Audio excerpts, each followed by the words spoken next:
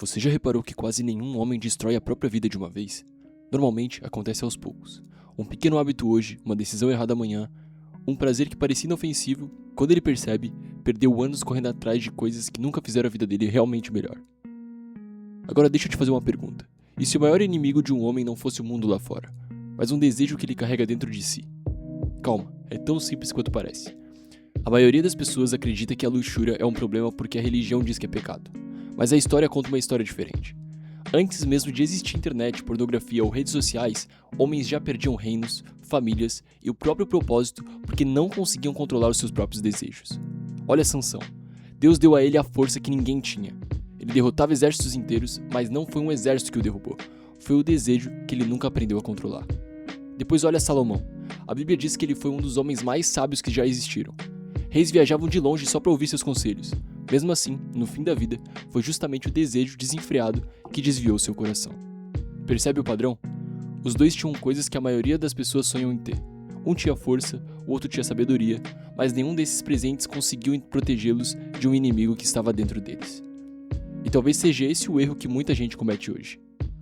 A gente passa a vida tentando ficar mais forte, ganhar mais dinheiro, aprender mais, crescer na carreira, mas ninguém aprende a governar a própria mente. Agora pensa comigo. Por que um vídeo de poucos segundos consegue prender tanto a nossa atenção? Por que um prazer que dura alguns minutos consegue vencer planos que levariam anos para mudar nossa vida? A resposta não é porque você é fraco. É porque seu cérebro foi feito para buscar a recompensa rápida. Ele sempre vai preferir o caminho mais fácil. Se existe um jeito de sentir prazer agora, ele vai querer esse caminho. O problema é que aquilo que dá prazer rápido quase nunca constrói uma vida melhor. É por isso que tanta gente vive cansada sem entender o motivo. Não é falta de tempo, não é falta de inteligência.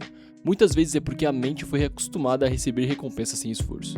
E quando isso acontece, tudo que exige paciência começa a parecer chato. Ler fica difícil, trabalhar perde a graça, estudar parece pesado, até conversar com outras pessoas fica menos interessante. Aos poucos, o problema deixa de ser a pornografia. O problema passa a ser a forma como você enxerga a vida.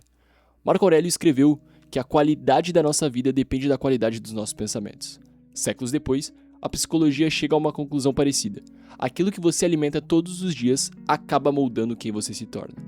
Agora pensa nisso. Se todos os dias você alimenta impulsos, o que exatamente está sendo fortalecido dentro de você? Talvez a verdadeira batalha nunca tenha sido contra um hábito. Talvez ela sempre tenha sido sobre quem está no controle das suas escolhas. Porque existe uma diferença enorme entre sentir um desejo e viver obedecendo ele. E é exatamente aí que quase todo homem começa a perder a própria liberdade, sem nem perceber. Existe uma frase de Jesus que me chamou a atenção: todo aquele que comete pecado é escravo do pecado. Muita gente lê isso pensando apenas na parte espiritual, mas olha para a vida real. O que é um vício? Se não uma forma de escravidão.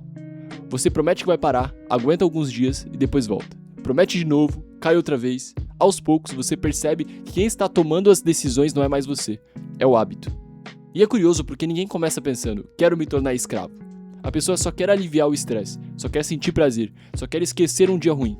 Mas o cérebro aprende muito rápido. Depois de um tempo, ele associa qualquer ansiedade, qualquer tristeza ou qualquer momento de tédio àquela recompensa imediata. E é por isso que tanta gente cai justamente quando está sozinho. Não porque o desejo apareceu do nada, mas porque o silêncio faz você perceber tudo aquilo que estava tentando esconder. A ansiedade, a insegurança, a falta de propósito, a sensação de vazio. A pornografia acaba funcionando como um anestésico. Ela não resolve o problema. Só faz você parar de sentir por alguns minutos. E todo anestésico tem o mesmo efeito. Quando passa, a dor continua lá. Talvez seja por isso que tantas pessoas dizem que depois do prazer vem um sentimento estranho, uma culpa, um vazio, como se alguma coisa tivesse sido perdida. Porque, de certa forma, foi. Não necessariamente a energia física, como muita gente fala, mas atenção, clareza, vontade de construir alguma coisa maior. Olha como isso aparece em Eclesiastes. Salomão passou a vida experimentando riqueza, poder, festas e todos os prazeres que alguém poderia imaginar. No fim, ele escreveu que tudo aquilo era como correr atrás do vento. Não porque essas coisas fossem impossíveis de conquistar, mas porque nenhuma delas conseguia preencher o vazio que existia dentro dele.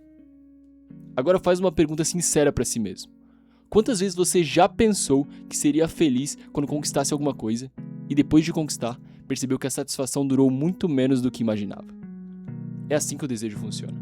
Ele sempre promete mais do que pode entregar. E quanto mais você alimenta esse ciclo, mais difícil fica sentir alegria nas coisas simples. Uma caminhada parece sem graça, um livro parece lento, um almoço em família parece comum.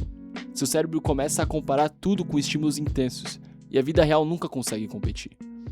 Foi exatamente isso que Viktor Frankl percebeu. Ele dizia que quem vive apenas procurando prazer acaba encontrando o vazio. Mas quem encontra o propósito consegue suportar até os momentos difíceis sem perder a direção. Percebe a diferença? Uma vida guiada pelo prazer pergunta o tempo todo: o que eu tenho vontade de fazer agora? Uma vida guiada pelo propósito pergunta: o que vale a pena fazer, mesmo quando eu não tenho vontade? São perguntas parecidas, mas elas levam para um destino completamente diferente. E talvez o maior erro seja acreditar que vencer a luxúria depende apenas da força de vontade. Não depende.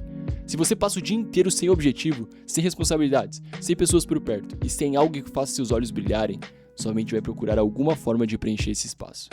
Porque a mente odeia o vazio. E quando você não escolhe o que vai ocupá-la, qualquer prazer rápido se oferece para fazer esse trabalho. Talvez seja por isso que tantos homens dizem que vão mudar, mas nunca mudam o ambiente. Nunca mudam a rotina e nunca mudam aquilo que alimentam todos os dias. No fundo, eles estão tentando vencer uma guerra nova, vivendo exatamente a mesma vida de antes. Então, como um homem começa a recuperar o controle da própria vida? A resposta provavelmente não é o que você espera. A maioria pensa que precisa lutar contra o desejo o tempo todo. Mas quem vive brigando com seus pensamentos acaba pensando neles o dia inteiro. É como alguém tentando não olhar para a porta vermelha. Quanto mais tenta esquecer, mais lembra dela. Talvez a pergunta certa seja outra. O que acontece quando você constrói uma vida tão cheia de significados que certos prazeres começam a perder força? Percebe a diferença? Você não vence porque passou o dia inteiro resistindo. Você vence porque estava ocupado vivendo. É por isso que homens têm um propósito claro costumam sofrer menos com esse tipo de vício. Não porque sejam perfeitos, mas porque existe algo maior ocupando a mente deles. Eles acordam sabendo o que precisam fazer, têm responsabilidades, pessoas que dependem deles, projetos que exigem dedicação, objetivos que demoram meses ou anos para serem construídos. E aos poucos, o prazer imediato começa a parecer pequeno perto da satisfação de ver a própria vida evoluindo. Agora pensa uma coisa curiosa. A palavra propósito vem do latim preponere, que significa colocar algo à frente.